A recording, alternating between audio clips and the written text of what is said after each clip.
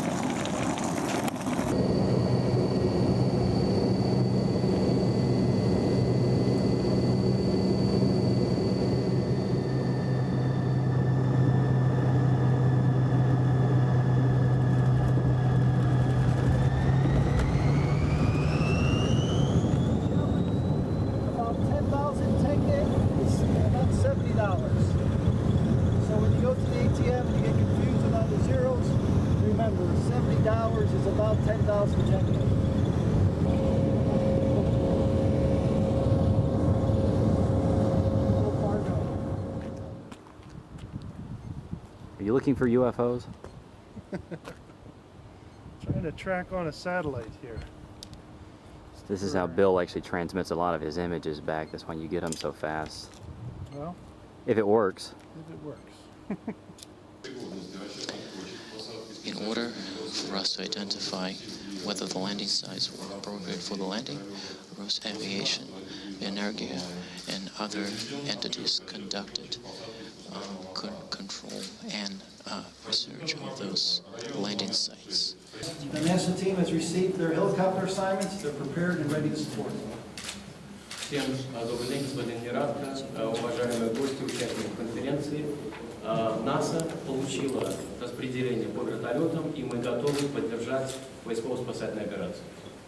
A NASA airplane is also ready to go and ready to return the crew members back to Houston. Самолет НАСА также готов к участию в операции и готов возвратить экипаж в Хьюстон. Prior to this meeting, I spoke to Mission Control Center Houston. They've coordinated with the other partner mission controls, and all the mission control centers are ready to support undocumented landing. До начала нашего заседания я общался с Центром управления полетом Хьюстона. Они находятся на постоянной связи с остальными центрами полета и управления, и мы готовы к поддержке операции, к отстыковке и посадке. And we're going to fly down to Zhezkazgan tonight. Right. And then tomorrow morning, bright and early, we're going out to the landing. Yes. How many of these have you done? I think this is my fifth landing. It's always an adventure, isn't it? It really is. Something's different about each one. The last one in March was a little chilly. That's what I heard. The snow was blowing. The wind was very, very strong, 30 knots, and it was very, very poor visibility. So this one, the weather's been outstanding. So actually, that'll be unusual. So I'm looking forward to it. One thing about this landing is that we're going to get some pretty unusual pictures of the space station with the shuttle actually attached. So how cool is that going to be? It's great. You know, we've been waiting for years to get that opportunity, and we weren't really sure that we would.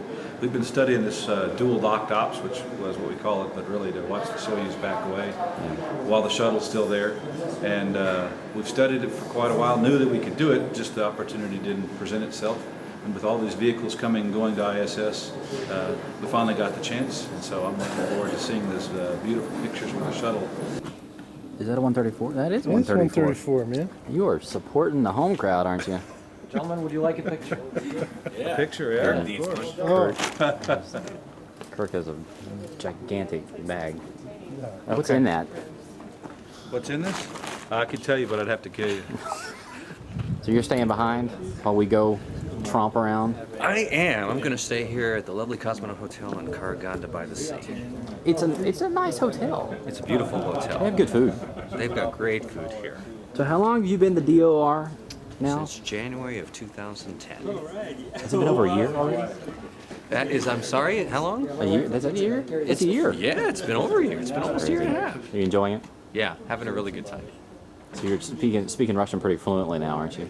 Нет. That means But the no. kids are. Yeah. The kids are doing really well. I kind of get by and practice a little bit. I'm not afraid to make a fool of myself, which is a very important trait when you're over here trying to speak Russian. Otherwise, you'll never venture out. But the kids are in Russian school, so they've been like in immersion, and they're almost fluent now. Adapting like crazy. Yeah. It's embarrassing when your 7-year-old, almost 7-year-old's correcting your Cannot speak it. You haven't asked. What did you say? Yeah, and she goes, I can't tell you. I can't help you. So how different is doing this over here than being the commander of Shuttle and Oh, goodness gracious. I mean, totally different. I'm really enjoying it. I know people think that all astronauts want to do is fly all the time, which maybe for some is true, but I mean, I enjoy a change of pace.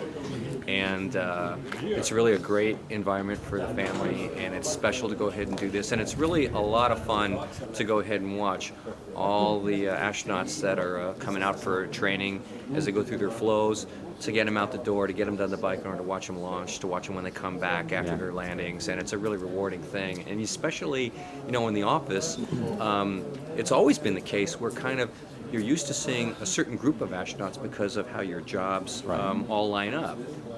And so there's a whole other group of astronauts that you barely see. And so now I'm seeing a lot of the folks that I normally wouldn't see that much of as they go through the station flow. And so I get to spend more time with them. So it's been really a lot of fun. Because the training flow is like, what, 2 years? It's about 2 years? Yeah, pretty close to doing that. But between when they start their language training for immersion and they start coming, because there's a lot of travel, especially for those that are going through as left-seaters in the Soyuz, because there's so much more additional training to get them ready to fly the vehicle. So some of them spend a long, long time out in Russia.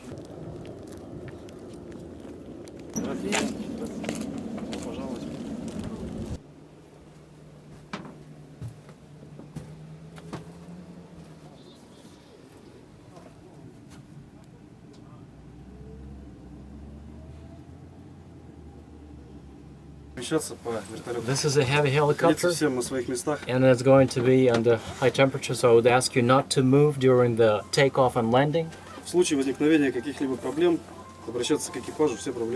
If there are any issues, please talk to the crew, we'll get them resolved. And please do not get off the vehicle until everything is off. Have a nice flight.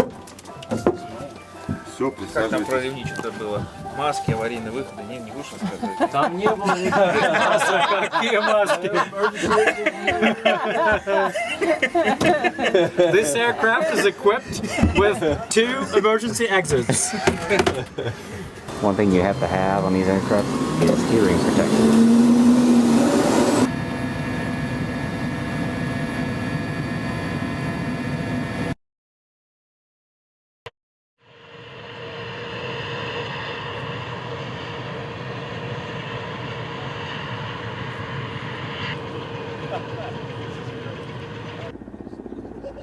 So there's our ride for today. This is the Russian Mi-8 helicopter. There's going to be, I think, 12 supporting the landing today. There's usually about, I think, anywhere between 6 and 10 of us that ride in these choppers out to the landing site. But, of course, we came down last night down to the city of Kazakhstan. We spent a very short night here. Everybody got up at about 4:30 or 5 o'clock this morning, and part of our team went ahead and went down to the ballistic site, which is where the capsule would land if it comes in a bit steeper than normally planned. So they went ahead and left, and that's actually who's leaving right now over there.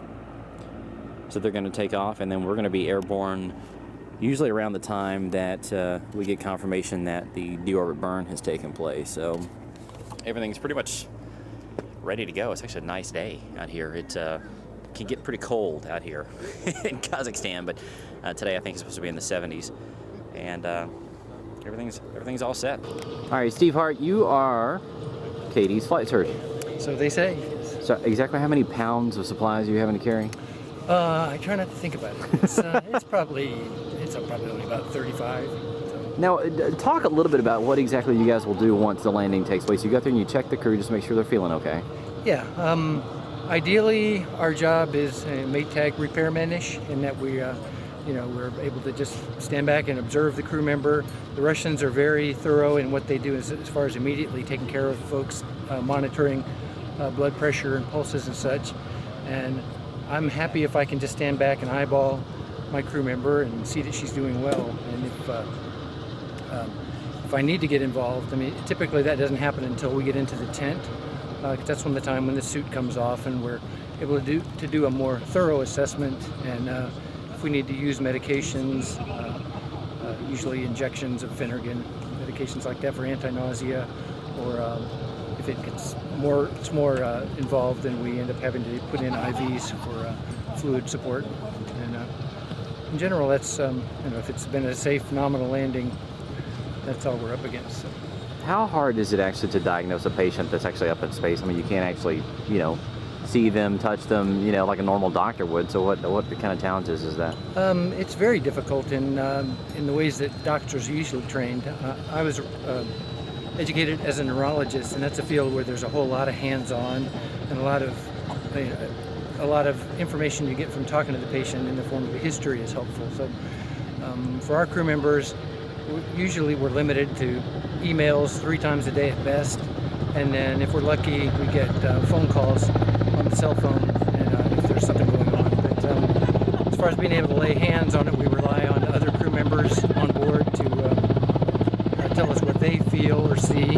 And I spend a lot of time looking at images, and there's quite a bit of imagery coming down from on board, so it's high resolution, high definition imagery, so I'm able to get in there and see things and ask crew members later on about bruised finger or a scratch here or something like that. Usually they've forgotten how it even happened. Now, one thing I think people don't realize is that you're carrying a very important document, which is Cady's passport, right? Yes, I am. She don't leave home without it. She obviously didn't heed that. Because, I mean, technically it's an entry into the country, so they've actually got to do customs paperwork. And exit, though. Yeah, exactly. So, how many cameras do you actually carry? 2. Take 2 cameras. Yeah. That's it? We got 2 arms, man. But how many? But you take a lot for launch, though, because you've got the remotes. And we take a lot for launch, yeah. Set up remotes all around the pad. So how many of these have you done? I don't know. More than you can count? I think every American landing except for 1, perhaps. I think a lot of people don't realize that, you don't simply just point the camera out of the window and take the shot that you guys, because you're on the media helicopter with the Associated Press, Reuters, whoever else comes out here. And they actually open up the door for you guys, and they strap you in, and you literally, basically, you've already got your harness. There you go. Harnessed up, ready You to actually go. lean out and take the picture, right? Yeah, just a little bit. How do you keep it still? I mean, seriously. Just a high shutter speed and stabilizer and a little bit of praying. And once it lands, your job's not done, because you still have to take a ton of pictures of the crew and the capsule. And If we're lucky, we'll get on the ground before the crew has come out, and we can get over to the capsule and get some shots of them opening the hatch doors and each crew member coming out. Then hopefully, a beautiful day like today, they won't be in a hurry to get inside the tent. I imagine they'll enjoy it outside. So unlike last time, where it was blowing freezing snow. Snow was going sideways. So, and first thing I saw last time when I got off the helicopter were snowmobiles going by me. It's always a bad sign. This is interesting. Yeah. So anyway, hopefully today they'll sit on the ground in the chairs a little bit and then get some shots there, and then them carrying them into the medical tent where they get their Sokol suits taken off, and or their flight suits taken off, and then hopefully they'll start sending some pictures right away. And then you actually have to write the captions, get everything Yeah, transmitted. I've got those kind of in the bag. I'll just modify them a little bit for the pictures. As long as there's no surprises if some random crew member comes home or something. Right. Just change the name. Exactly.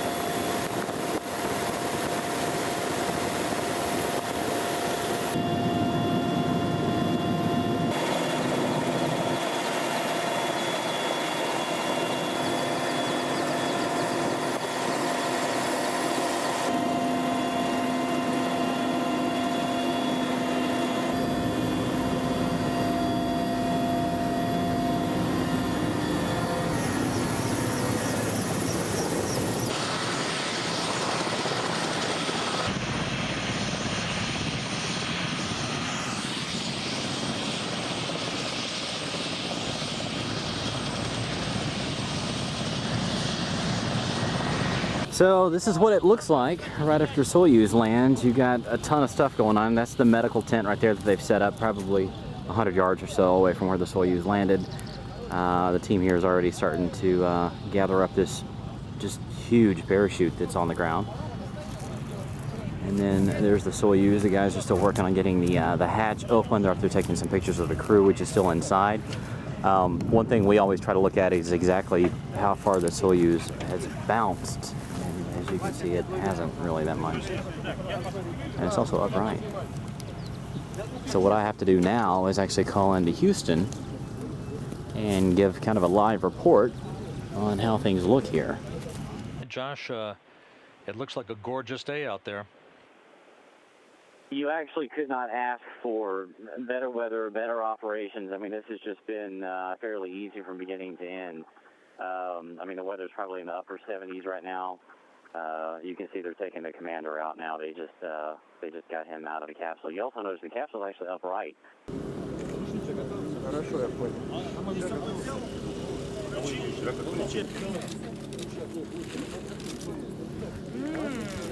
Beautiful. Haven't smelled anything in a while. Yeah.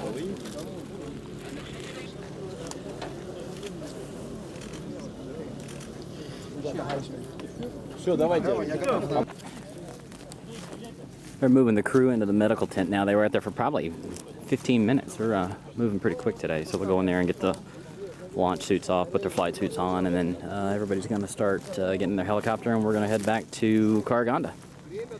And that's how you do that. Thing almost crawled up my boot.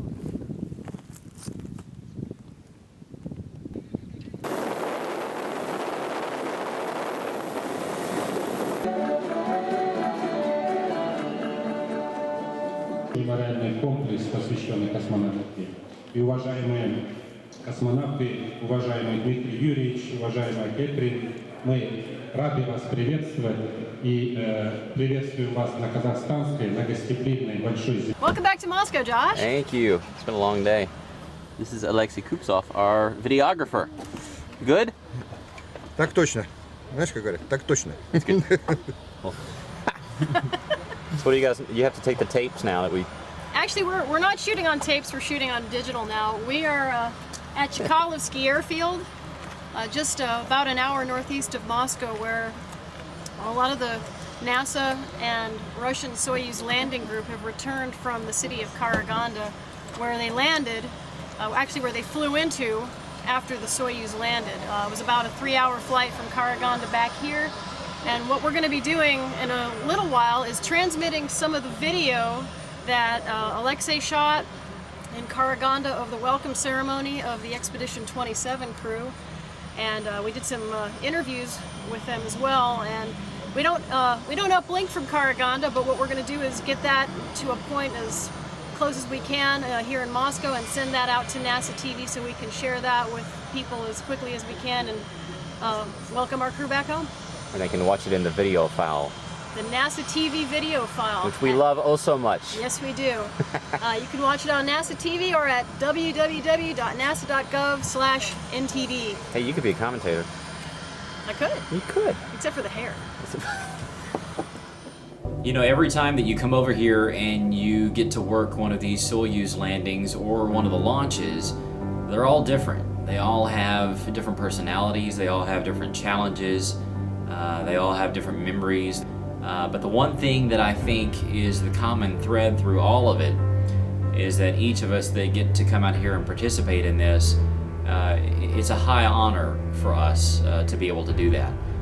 It is completely different from the space shuttle and totally different than the work that we do on the shuttle and with those crews. You're a long way from home. The hours are long. The work is extremely hard. You're really tired at the end of the day. But whenever you step back and you look at it and you realize that you know, you're part of a small group of people that gets to come over here and help take care of this for NASA and to also work with the Russians and also our other international partners like the Europeans and the Japanese. You know, you realize that you're doing something that you probably never thought that you'd be able to do whenever you were growing up. Not everybody gets to do this. and to be able to be a part of that team is something that is pretty remarkable. You know, you're getting to go up close to this small capsule that's all charred and has just returned from space, and you realize it was just docked with the International Space Station just a few hours ago. And you get to see the crew as they get out, and they haven't been on Earth in 5 or 6 months, and you get to be sort of part of the welcoming party that gets to bring them back home. And I think that it's something that each of us that gets to come over here and do this takes pretty seriously.